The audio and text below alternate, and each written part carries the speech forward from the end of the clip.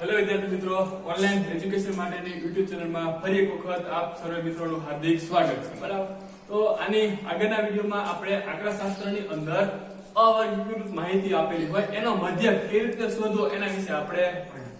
હવે આ વિડીયોમાં આપણે વર્ગીકૃત માહિતી આપેલી હોય એનો સીધી રીતથી મધ્યક કેવી રીતે શોધવો એના વિશે શીખીશું. તો એક ઉદાહરણ દ્વારા આપણે સમજીએ. તો અહીંયા એક ઉદાહરણ આપેલું છે કે એક શાળામાં ધોરણ 10 ના 30 વિદ્યાર્થીઓએ ગણિતના 70 ગુણના પ્રશ્નપત્રમાં મેળવેલા ગુણ નીચેના કોષ્ટકમાં આપેલા છે. તો વિદ્યાર્થીઓએ મેળવેલા ગુણનો મધ્યક શોધો. બરાબર, હવે જ્યારે વર્ગીકૃત માહિતી આપેલી હોય ત્યારે જે માહિતી જે છે એ વર્ગ પ્રમાણે આપેલી હશે. બરાબર, કે 10 થી 20 ગુણની વચ્ચે બરાબર માર્ક્સ હોય તેવા વિદ્યાર્થીની સંખ્યા 2. એટલે કે રકમની અંદર તમને વર્ગ અને વિદ્યાર્થીની સંખ્યા એટલે કે આવૃત્તિ આ બે વસ્તુ આડા કોલમમાં આપેલી હશે. હવે જ્યારે આપણે એનો જવાબ લખતા હોઈએ ત્યારે એને આપણે ઊભા કોલમમાં દર્શાવીશું. બરાબર, તો અહીંયા આપણને વર્ગ અને વિદ્યાર્થીની સંખ્યા એટલે કે આવૃત્તિ fi આ બે વસ્તુ આપેલી છે. હવે 10 થી 20 વચ્ચે જે માર્ક્સ મેળવેલા હોય એવા વિદ્યાર્થીની સંખ્યા એની આવૃત્તિ 2 આપેલી છે.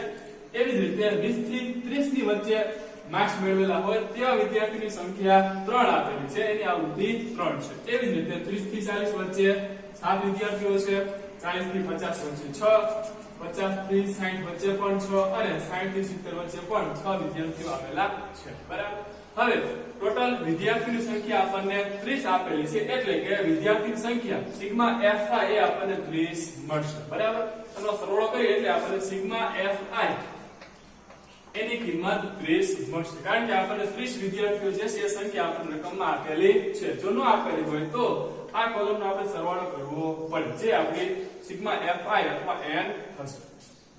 ઓકે, હવે એના પછી જે છે મધ્ય કિંમત એટલે કે xi. હવે જે વર્ગ આપેલો છે એની આપણે મધ્ય કિંમત શોધવી છે. તો મધ્ય કિંમત શોધવા માટે એટલું યાદ રાખવાનું કે જે વર્ગ આપેલો છે એનું અધર સીમા બિંદુ અને ઉર્ધ્વ સીમા બિંદુ આ બંનેનો સરવાળો ભાગ્યા 2 કરી એટલે આપણને જે તે વર્ગની મધ્ય કિંમત એટલે કે xi મળે. તો સૌથી પહેલા આપણે લઈએ 10 અને 20 વર્ગની મધ્ય કિંમત. તો આ જે પહેલું બિંદુ આપેલું છે એને અધર સીમા કહીશું અને ઉપરનું જે બિંદુ આપેલું છે એને આપણે ઉર્ધ્વ સીમા કહીશું. તો મધ્ય કિંમત બરાબર આપેલા વર્ગની અધર સીમા વત્તા આપેલા વર્ગની ઉર્ધ્વ સીમા ભાગ્યા 2. બરાબર, તો 10 અને 20 ની આપણે મધ્ય કિંમત શોધીએ. તો અધર સીમા વત્તા ઉર્ધ્વ સીમા ભાગ્યા 2. બરાબર, 10 વત્તા 20 એટલે કે 30 ભાગ્યા 2 એટલે કે 15. બરાબર, આ જે કામ છે તમારે રફમાં કરવાનું રહેશે. બરાબર, તો 10 અને 20 આ વર્ગ જે છે એની મધ્ય કિંમત xi આપણને 15 મળે. બરાબર, હવે એવી રીતે 20 અને 30. બરાબર, એક તમને ખ્યાલ આવી જાય પછી બાકી તમે મોઢે ગણતરી કરી નાખો તો પણ ચાલશે. 20 અને 30 એટલે કે 50. 50 ભાગ્યા 2 કરીશું એટલે આપણને અહીંયા મધ્ય કિંમત જે છે એ 25 મળશે. બરાબર, 20 વત્તા 30 એટલે કે 50 ભાગ્યા 2 કરીએ એટલે આપણને 25 મળશે. એ જ રીતે 30 વત્તા 40. બરાબર, અને એના ભાગ્યા 2 કરીશું એટલે આપણને અહીંયા મળશે 35. બરાબર, એવી જ રીતે 40 વત્તા 50 ભાગ્યા 2 એટલે અહીંયા આપણને મળશે 45. બરાબર, એવી જ રીતે 50 વત્તા 60 ભાગ્યા 2 એટલે આપણને આ વર્ગની મધ્ય કિંમત 55 મળશે. બરાબર, અને છેલ્લે 60 વત્તા 70 ભાગ્યા 2 કરીએ એટલે આ વર્ગની મધ્ય કિંમત આપણને 65 મળે છે. બરાબર, તો મધ્ય કિંમત મેળવતા હોય તમને આવડી ગયું છે. આપેલો જે વર્ગ છે એ અધર સીમા વત્તા તેની ઉર્ધ્વ સીમા ભાગ્યા 2 કરી એટલે આપણને જે તે વર્ગની મધ્ય કિંમત એટલે કે આપણી xi જે છે એ મળે છે. હવે fi xi એટલે કે આવૃત્તિ અને મધ્ય કિંમત આ બંનેનો ગુણાકાર. બરાબર, fi અને xi. તો સૌથી પહેલા વર્ગ માટે જોઈએ fi xi. તો fi આપણને 2 આપેલી છે અને xi મધ્ય કિંમત આપણને 15 આપેલી છે. 15 ગુણ્યા 2. બરાબર, તો 15 ગુણ્યા 2 એટલે આપણને મળશે 30. બરાબર, હવે એવી જ રીતે 25 ગુણ્યા 3. તો 25 ગુણ્યા 3 એટલે કે 25 તરી 75. બરાબર, હવે 35 ગુણ્યા 7. તો મોઢે ન થાય તો આપણે સામાન્ય ગુણાકાર કરી લઈશું. બરાબર, તો 35 ગુણ્યા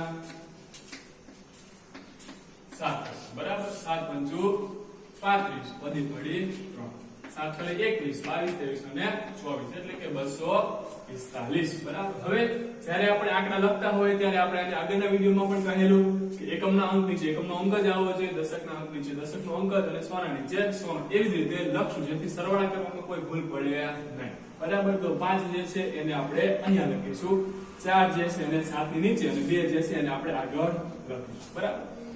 હવે 45 ગુણ્યા 6 બરાબર. તો 45 ગુણ્યા 6 કરીએ, 45 ગુણ્યા 6 ઓકે 5 6 30 ની 0 વધી પડી 3 6 24 25 26 27 એટલે કે 270. ફરી પાછું 270, 5 ની નીચે આપણે લખીશું 0, 4 નીચે લખીશું 7 અને 2 જે છે એને 2 ની નીચે લખીશું બરાબર. હવે એવી જ રીતે 55 ગુણ્યા 6 55 ગુણ્યા 6 30 ની 0 વધી પડી 35 નું 3 30 એટલે કે 330 બરાબર. એકમના સ્થાને એકમ, દશકના નીચે દશક અને સોના નીચે 100 અંક જે છે આવવો જોઈએ, એ બાબતનું આપણે ખાસ ધ્યાન રાખીશું. હવે 65 ગુણ્યા 6 બરાબર. તો 65 ગુણ્યા 6 35 ની 0 વધી પડી 3 6 ગુણ્યા 6 36 37 38 ને 39 એટલે કે 390. અહીંયા લખીશું 390. હવે FIXI જે છે એ આપણે સરવાળો કરવામાં સરળતા રહેશે અને આનો જે સરવાળો છે એ આપણને મળશે 1340 બરાબર. તો સિગ્મા FIXI એ આપણને મળે છે 1340 બરાબર. એક વખત ચેક કરી લો કે સિગ્મા FIXI જે છે આ બધાનો સરવાળો એ આપણને 1340 મળે છે. તો અહીંયા આપણું અડધું કામ મિત્રો પૂરું થાય છે. હવે આપણે સૂત્ર મૂકીને એનો જવાબ મેળવીશું બરાબર.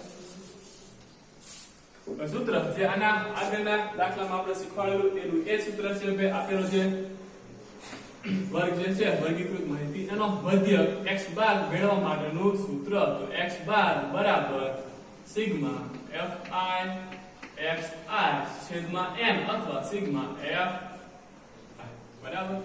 મધ્યક એટલે કે x બાર બરાબર સિગ્મા FIXI એટલે કે જે આપણે મેળવેલું છે એનો સરવાળો બરાબર છેદમાં સિગ્મા FI એટલે કે જે આવૃત્તિ છે એ કુલ આવૃત્તિઓનો સરવાળો અથવા કુલ સંખ્યા. તો હવે સિગ્મા FIXI એ આપણે 1340 મેળવેલું છે. તો સિગ્મા FIXI બરાબર આપણે લખીશું 1340 છેદમાં સિગ્મા FI. તો સિગ્મા FI જે છે એની કિંમત આપણે 30 મેળવેલી છે, તો એની કિંમત આપણે લખીશું 30 બરાબર 00. હવે 134 ભાગ્યા આપણે 3 કરીશું. તો 134 ભાગ્યા 3 4 12 બરાબર 1 4 ઓકે. ફરી પાછું 3 4 12 વધશે બરાબર. હવે આગળ ભાગ ચાલશે નહીં એટલે આપણે પોઈન્ટ મૂકીને શૂન્ય બરાબર. 3 15 3 6 18 ફરી પાછા 2 વધશે, ફરી પાછું 0 અને 3 6 18 એટલે આપણો જવાબ જે છે એ 44.66 બરાબર. અને કદાચ જવાબમાં છેલ્લા આંકડામાં વેરિએશન આવે કારણ કે 3 પછી તમે હજી આગળ ગણશો એટલે કે 44.666 જે છે આગળ ક્રમશઃ ચાલતો રહેશે. તો એનો જવાબ જે છે 44.666 આવી રીતે અવિરતપણે ચાલુ રહેશે. પણ આપણે પોઈન્ટ પછી બે આંકડા જ લખીએ છીએ બરાબર. એટલે કે જો અહીંયા 5 અથવા 5 થી વધારે અંક હોય તો આપણે એને એક અંક આગળના આંકડામાં ઉમેરી દઈએ છીએ એટલે કે આપણો જવાબ જે છે આપણને 44.67 મળે છે બરાબર. આ જે છે એને રાઉન્ડ ઓફ કહેવાય.